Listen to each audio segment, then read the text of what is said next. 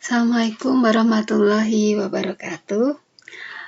Pada kesempatan kali ini, Ibu akan membahas materi yang ada di pertemuan pertama, yaitu mengenai konsep dasar analisa pengembangan sistem informasi akuntansi.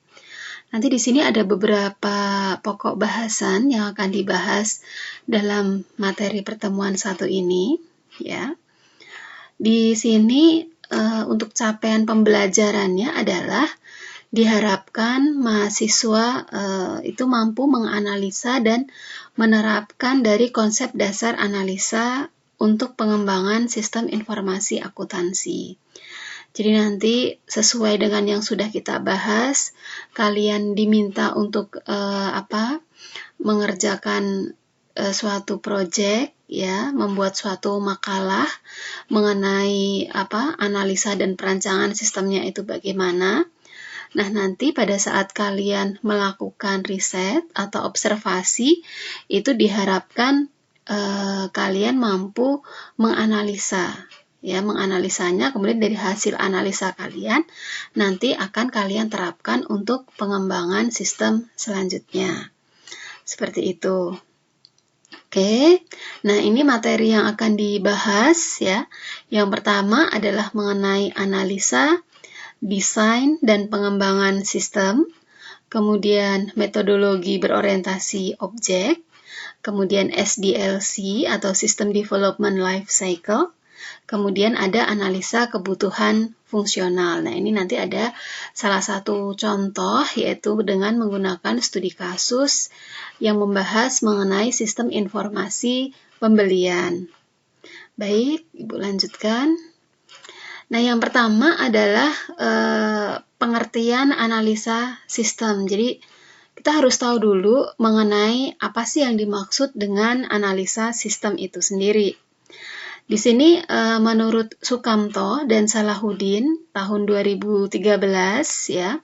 Di sini mendefinisikan bahwa analisa sistem yaitu adalah suatu kegiatan untuk melihat sistem yang sudah berjalan, melihat bagian mana yang bagus dan tidak bagus, dan kemudian nantinya akan mendokumentasikannya untuk menentukan kebutuhan-kebutuhan yang harus dipenuhi dalam pembuatan sistem yang baru. Nah, dari pernyataan ini, ya, sebelum Ibu jelaskan lebih lanjut, di sini akan Ibu sampaikan bahwa jika kalian mengambil tulisan, ya, tulisan dari referensi baik itu jurnal ataupun dari buku, ya, itu diwajibkan kalian untuk mencantumkan sumbernya, ya, sumbernya itu dari mana, itu menurut siapa, gitu. Jadi kenapa harus mencantumkan sumbernya? Supaya untuk menghindari adanya plagiarisme tentunya. Nah, di sini dicontohkan bahwa untuk teori dari pengertian dari analisa sistem ini itu diambil dari referensi bukunya Sukamto dan Salahuddin di tahun 2013. Nah, tapi nanti kalau untuk kalian sendiri, untuk referensi yang kalian gunakan, seperti yang sudah pernah Ibu sampaikan, itu adalah minimal 5 tahun dari tahun sekarang. Jadi, referensi yang bisa digunakan adalah minimal tahun 2016. Seperti itu, ya. Ini ya, patokannya adalah 5 tahun terakhir dari tahun sekarang. Ya, makanya di sini dicantumkan teori ini itu menurut ini sumbernya, sehingga nanti bisa di cross check apakah benar, ya, bahwa pengertian analisa sistem ini di bukunya ini itu seperti ini penjelasannya, seperti itu. Baik, kemudian dari pengertian analisa sistem ini, ya, jadi kita bisa tahu bahwa nanti yang akan kalian lakukan yaitu adalah melihat bagaimana alur kerja dari sistem berjalan dari sistem yang kalian bahas itu sendiri. Ya, jadi kalian harus benar-benar paham secara detail mengenai alur kerjanya atau mengenai proses bisnisnya dari sistem yang akan kalian bahas, ya. Mulai dari A sampai dengan Z, ya. Mulai dari tahapan awal sampai dengan tahapan pembuatan laporannya. Nah, ini kalian harus tahu secara detail siapa saja yang terlibat, kemudian dokumen-dokumen apa saja yang digunakan dalam sistem tersebut, itu harus tahu. Nah, nanti harus bisa kalian ceritakan secara jelas bagaimana alur kerja atau proses bisnis dari sistem tersebut. Nah, jadi kalau misalkan nanti kalian sudah mengetahui mengenai alur kerja atau proses bisnisnya, nah nanti kalian baru bisa membuat kesimpulan. Oh, ternyata misalkan di dalam sistem ini masih banyak permasalahan-permasalahan yang ada, misalkan seperti itu. Nah, dari permasalahan-permasalahan tersebut, kalau misalkan kita mau kembangkan sistemnya atau kita mau membuatkan sistem yang barunya, ya, tentunya kita langkah pertama adalah kita harus dapat menentukan kebutuhan-kebutuhan apa saja yang diperlukan dalam pembuatan sistem yang barunya. Nah, untuk pembuatan sistem yang barunya ini bisa hanya memodifikasi sistem yang sudah ada, artinya adalah kita hanya memperbaiki bagian-bagian yang memang hanya perlu perbaikan di situ saja, atau benar-benar membuat suatu sistem yang baru itu secara keseluruhan. Jadi mulai dari awal, ya. Jadi semuanya nanti semua bagian akan diperbaiki, itu bisa. Ya, jadi dilihat dari kebutuhan yang ada di dalam sistem tersebut itu seperti apa, ya. Ini. Jadi ini kegiatan analisa sistem ini merupakan langkah awal yang nantinya kalian bisa gunakan nanti untuk menentukan kebutuhan sistem dalam melakukan pengembangan sistem atau pembangunan sistem. Seperti itu.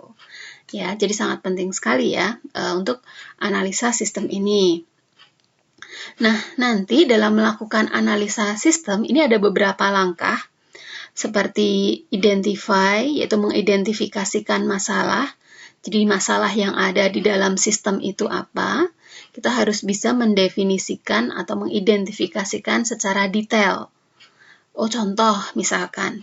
Contoh masalah dalam sistem itu seperti ini. Misalkan sistem yang kita amati, misalkan sistemnya ini masih dilakukan secara konvensional atau manual. Biasanya kalau sistemnya ini masih dilakukan secara manual atau konvensional, ini pasti banyak sekali masalah-masalah yang timbul. Contoh, misalkan pencatatan datanya masih menggunakan tulisan tangan, misalkan. Nah, ini dapat mengakibatkan misalkan pembacaan datanya kurang jelas. Kalau misalkan pembacaan datanya misalkan kurang jelas, nah tentunya nanti akan berakibat di dalam pengolahan datanya. Pengolahan datanya pasti tidak valid. Nah, itu contoh masalah. Ya, kemudian misalkan penyimpanan dokumennya ini belum rapi, dokumennya sering hilang atau sering mengalami kerusakan. Nah, ini pasti juga masalah. Masalahnya apa? Nah, nanti kalau misalkan kita memerlukan dokumen tersebut, misalkan terutama dalam pembuatan laporan, ya, nah itu pasti datanya juga arahannya pasti tidak akurat. Data yang dibuat di dalam laporan tersebut gitu. Karena apa? Karena dokumen-dokumennya kan mungkin ada yang hilang atau terselip seperti itu. Ya, ini masalah. Nah, masalah dalam sistem itu seperti itu. Nah, ini nanti dicarikan solusinya gitu ya. Jadi ini yang disebut dengan masalah. Jadi nanti silakan kalian melakukan riset, observasi gitu kan, dan nanti kalian bisa menyimpulkan masalah-masalah yang ada di dalam sistem tersebut itu apa. Nah, kemudian kadang misalkan kita dalam melakukan riset atau observasi dan pada saat melakukan wawancara untuk menggali informasi lebih dalam mengenai sistem yang berjalan, permasalahan yang ada, itu kadang informasi yang didapatkan itu mungkin tidak lengkap karena mungkin dari tempat tersebut mungkin menjaga kerahasiaannya ya, karena tidak boleh mungkin dikonsumsi publik gitu. Tapi tapi kalau misalkan di sini untuk permasalahan ini pasti kalian harus tahu gitu untuk permasalahannya.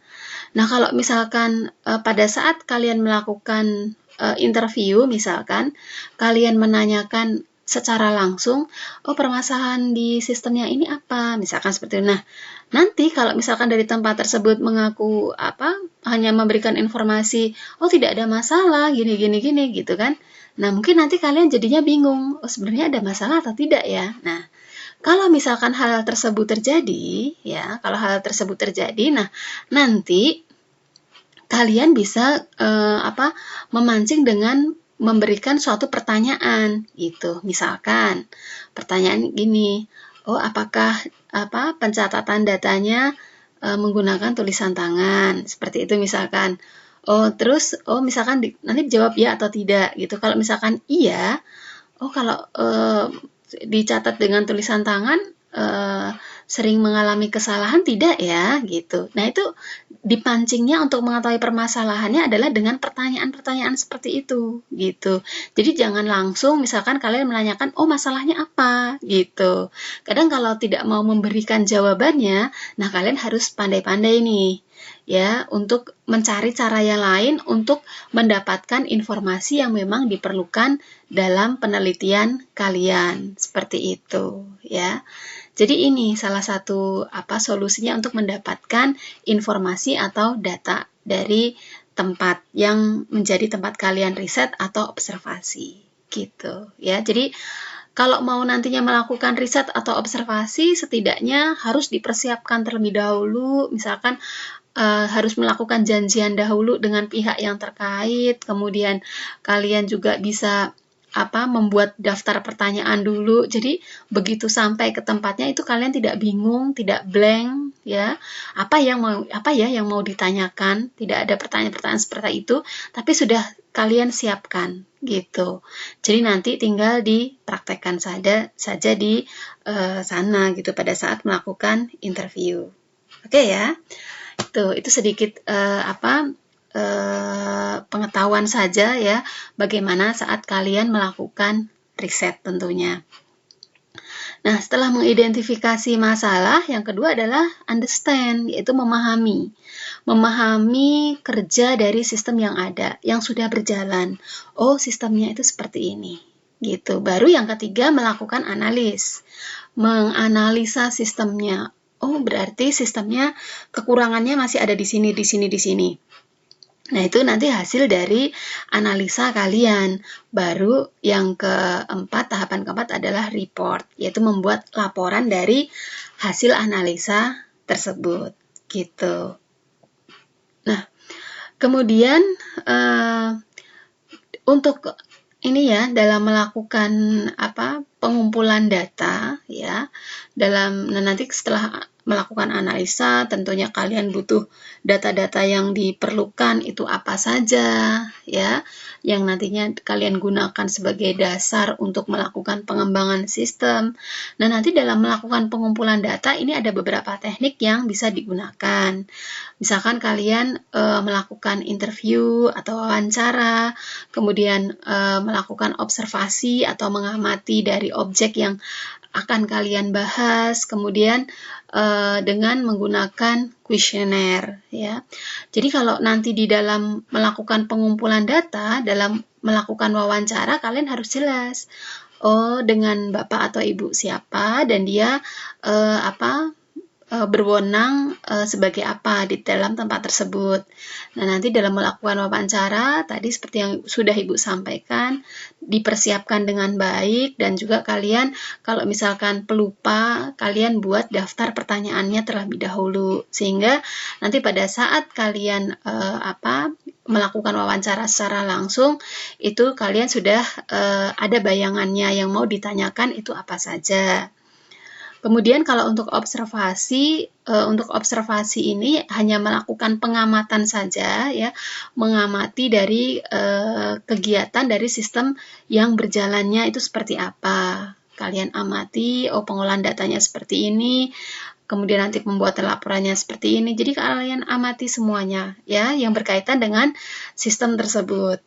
Kemudian kalau untuk kuesioner, nah kalau untuk kuesioner ini dengan menyebarkan kuesioner ya, biasanya respondennya ini biasanya sudah ditentukan ya, nanti itu siapa saja yang akan diberikan. Nah, tapi kalau untuk kalian sendiri nanti dalam pembuatan tugas ini, pembuatan tugas mata kuliah ini, pembuatan laporan KKP ataupun tugas akhir, biasanya untuk teknik pengumpulan datanya, kalau misalkan kalian melakukan riset, itu nanti ada 3, yaitu wawancara, observasi, dan satu lagi adalah studi pustaka.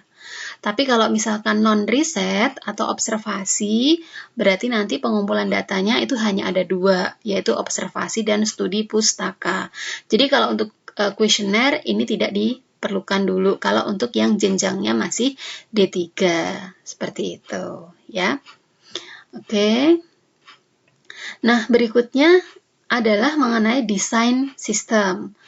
Nah, desain sistem ini menurut dari Sukamto dan Salahuddin ya, tahun 2013, beliau menyampaikan bahwa desain atau perancangan dalam pengembangan perangkat lunak itu merupakan upaya untuk mengkonstruksi sebuah sistem yang dapat memberikan kepuasan akan spesifikasi dari kebutuhan fungsionalnya, memenuhi target, memenuhi kebutuhan secara implisit atau eksplisit dari segi performansi maupun penggunaan sumber daya, kepuasan batasan pada proses segi biaya, waktu, dan perangkat. Itu definisi dari desain atau perancangan. Jadi kalau misalkan diterapkan, nanti biasanya desain ini dibuat ya setelah kita menentukan kebutuhan-kebutuhan dari sistem yang akan kita kembangkan. Oh, nanti mock-up-nya seperti apa? Oh, nanti desain database-nya seperti apa? Jadi seperti itu contohnya. Kemudian misalkan nanti misalkan dalam pembuatan database-nya nanti mau menggunakan software-nya apa. Kemudian untuk mock-up-nya menggunakan bahasa pemrogramannya apa. Seperti itu ya. Jadi ini harus jelas ya. Jadi setelah dari analisa tadi kita bisa menganalisa sistemnya, kita bisa menentukan kebutuhan dari sistem barunya. Nah, kemudian baru ke tahap desain, yaitu dengan membuat mock-up ataupun dengan membuat database sesuai dengan kebutuhan yang diperlukan, gitu. Nah, kemudian tujuan dari perancangan sistem ini itu adalah yang pertama tadi untuk memenuhi kebutuhan dari pemakai sistem, ya, sesuai dengan kebutuhan sistem yang sudah ditentukan tentunya. Yang kedua adalah untuk memberikan gambaran yang jelas dan rancang bangun yang lengkap. Ya, jadi memberikan gambaran yang jelas dan rancang bangun yang lengkap kepada pemrogram komputer yaitu tadi dalam bentuk mock-up dan database. Jadi kalau misalkan mock-up dan database-nya itu sudah jelas, ya ini nanti tinggal diimplementasikan ke dalam bahasa pemrograman yang dipilih gitu, yang akan digunakan nanti bahasa pemrogramannya apa gitu, sehingga nanti akan membentuk suatu aplikasi program seperti itu ya. Nah, kemudian mengenai berikutnya adalah pengembangan sistem ya. Pengembangan sistem di sini didefinisikan yaitu menyusun sistem yang baru untuk menggantikan sistem yang lama, baik itu secara keseluruhan atau memperbaiki sistem yang ada. Ini sebenarnya tadi sudah Ibu jelaskan sedikit ya mengenai pengembangan sistemnya. Jadi kita bisa mengembangkan sistem itu, dilihat dari kebutuhan dari sistem tersebut, apakah kita mau membangun atau mengembangkan sistem secara keseluruhan atau hanya memperbaiki bagian-bagian yang memang hanya perlu diperbaiki saja gitu. Jadi tidak secara keseluruhan atau hanya melakukan modifikasi saja seperti itu ya. Jadi dilihat dari kondisi tempatnya dan kebutuhan dari sistemnya itu seperti apa. Kemudian kenapa sih perlu diperbaiki sistemnya ya? Yang pertama pasti karena adanya masalah ya, masalah-masalah yang timbul. Jadi kalau sistemnya ini sering bermasalah, tentunya kan nanti akan berakibat kurang baik ya bagi perusahaan atau tempat tersebut tentunya ya, untuk jangka panjangnya apalagi ya. Kemudian yang kedua karena adanya kesempatan ya, kesempatan untuk untuk mengembangkan sistemnya gitu. Kadang sistem yang sudah terkomputerisasi pun ya, ini kadang tidak seterusnya itu bisa dipakai selamanya, itu tidak. Pasti sebuah sistem itu memiliki umur tersendiri. Oh, ini nanti dalam jangka waktu berapa tahun ini harus dikembangkan lagi, karena namanya teknologi itu selalu berkembang, pastinya kan pengen up to date, mengikuti dari perkembangan zamannya tentunya. Jadi walaupun sistemnya itu sudah terkomputerisasi pun, itu pasti butuh yang adanya pengembangan gitu ya. Kemudian yang ketiga yaitu adanya instruksi dari pimpinan. Maksudnya adanya instruksi ini ya supaya memang dari pimpinan memang membutuhkan atau menginginkan adanya suatu pengembangan sistem. Begitu ya. Baik. Nah, ini adalah contoh bagan ya. Contoh bagan dari pengembangan sistem ya. Jadi di sini nanti mulai dari ada sistem yang ada ya, sistem yang berjalan pada saat ini, kemudian nanti karena adanya tadi ya permasalahan atau kesempatan atau instruksi, maka ini dilakukan adanya pengembangan sistem. Yaitu apa? Dilakukan pengembangan sistem ini supaya misalkan bisa memecahkan masalah atau meraih kesempatan, atau dapat juga memenuhi instruksi dari pimpinannya, sehingga nanti akan terbentuk suatu sistem yang baru. Begitu. Oke? Nah, kemudian materi berikutnya di sini adalah mengenai metodologi berorientasi objek. Kalau tadi kita sudah bahas mengenai analisa, mengenai desain, dan juga mengenai pengembangan sistem, berikutnya ini sedikit mengenai metodologi berorientasi objek. Metodologi berorientasi objek ya, di sini merupakan suatu cara bagaimana sistem perangkat lunak itu dibangun melalui pendekatan berorientasi objek secara sistematis. Jadi nanti yang akan kita bahas ini sudah berbasis objek ya, dan biasanya setiap objek itu mempunyai informasi atau atribut dan perilaku atau behavior sebagai suatu operasi pengaturnya. Contoh, ini adalah objek sepeda. Setiap objek sepeda ini pasti memiliki yang namanya atribut atau behavior. Nah, behavior itu artinya, behavior ini bisa dalam bentuk metode atau operasi. Oh, atributnya apa? Sepeda, ada pedal, ban, rantai, rem, seperti itu. Kemudian, behaviornya atau metodenya, misalkan sepeda ini bisa maju, bisa ngerem, bisa pindah gigi, bisa belok kiri, belok kanan, seperti itu. Ya, itu contohnya. Jadi banyak ya contoh objek-objek yang bisa kita bahas ya, tentunya gitu ya.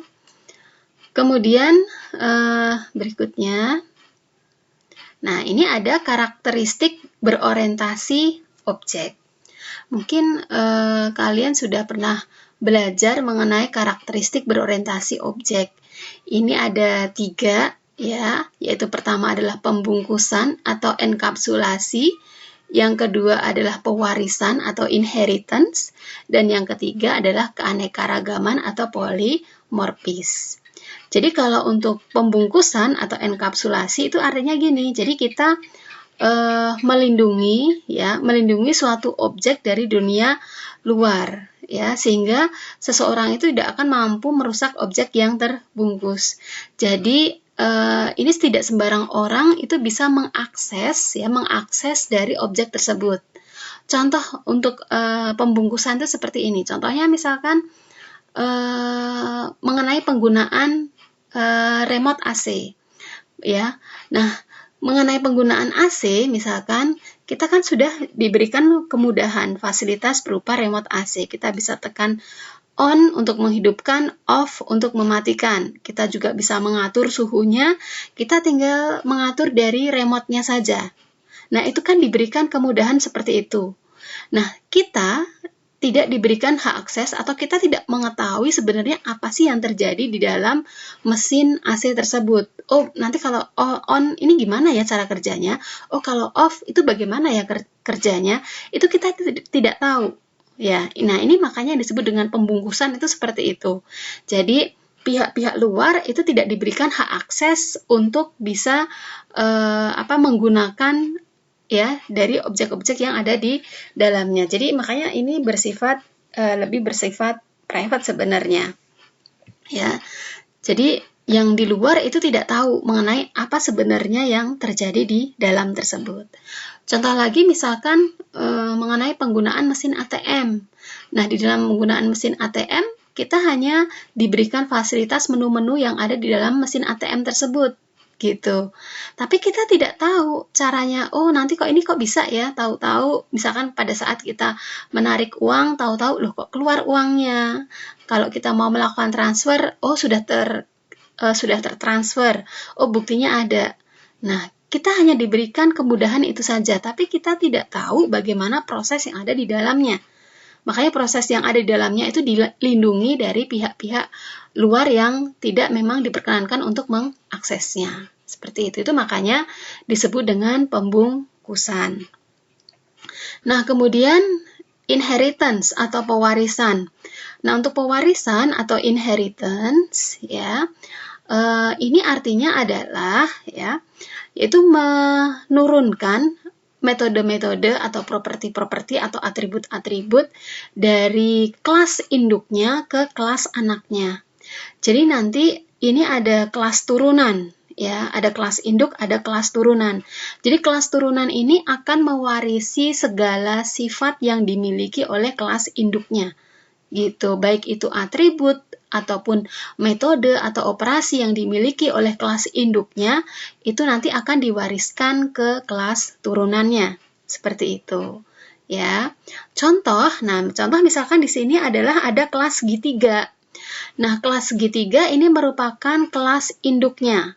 Sedangkan di sini ada kelas segitiga sama sisi, kemudian segitiga sama kaki, ini merupakan kelas turunannya.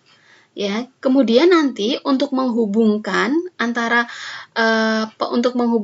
pewarisan sifat dari kelas induk dengan kelas anaknya, ini menggunakan generalisasi. Nah, simbolnya seperti ini anak panah. Nah, ini kalau anak panah generalisasi itu biasanya digunakan dalam pewarisan. Jadi, semua sifat yang dimiliki oleh kelas induknya di sini yaitu segitiga, ini akan juga dimiliki oleh kelas turunannya atau kelas anaknya, yaitu kelas segitiga sama sisi dan kelas segitiga sama kaki.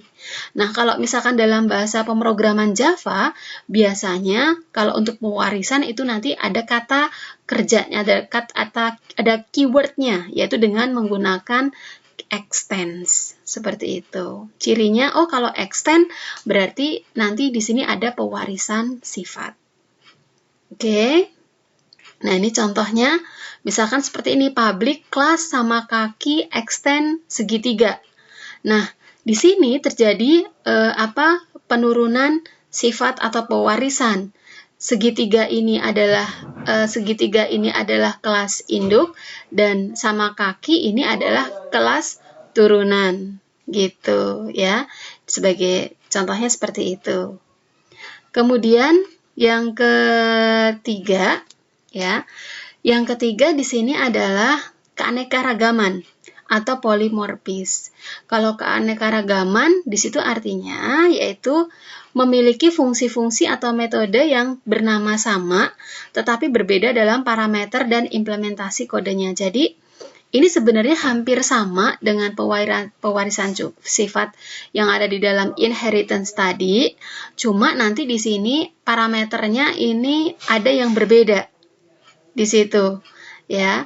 Nah, nanti di sini untuk kelas turunan itu dapat menggunakan fungsi yang ada pada kelas pewarisnya dan dapat mengimplementasikan kode yang berbeda dari fungsi pewarisnya yang disebut dengan overriding. Kalau ini ya, overriding ada istilah overriding dan ada istilah overloading. Ya, kalau overloading di sini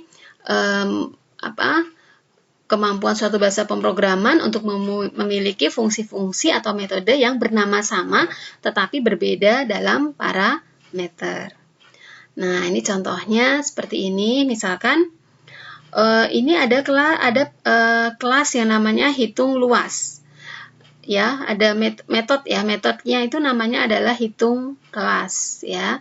Nah, di sini juga ada hitung luas. Ini kan sama-sama dalam penamaan fungsinya yaitu hitung luas. Tapi di sini parameternya ini berbeda. Yang satu ini tidak ada parameternya, kosong. Hitung luas setelah kurung buka kurung tutup ini kosong. Sedangkan kalau hitung luas di sini di dalam kurung buka kurung tutup ini ada integer alas, integer tinggi. Nah, ini merupakan parameternya seperti itu ya. Jadi di sini penamaan fungsi atau metodenya sama, cuma berbeda parameter ya. Oke. Nah, kemudian nanti untuk materi SDLC akan Ibu sampaikan di part selanjutnya ya. Terima kasih atas perhatiannya. Assalamualaikum warahmatullahi wabarakatuh.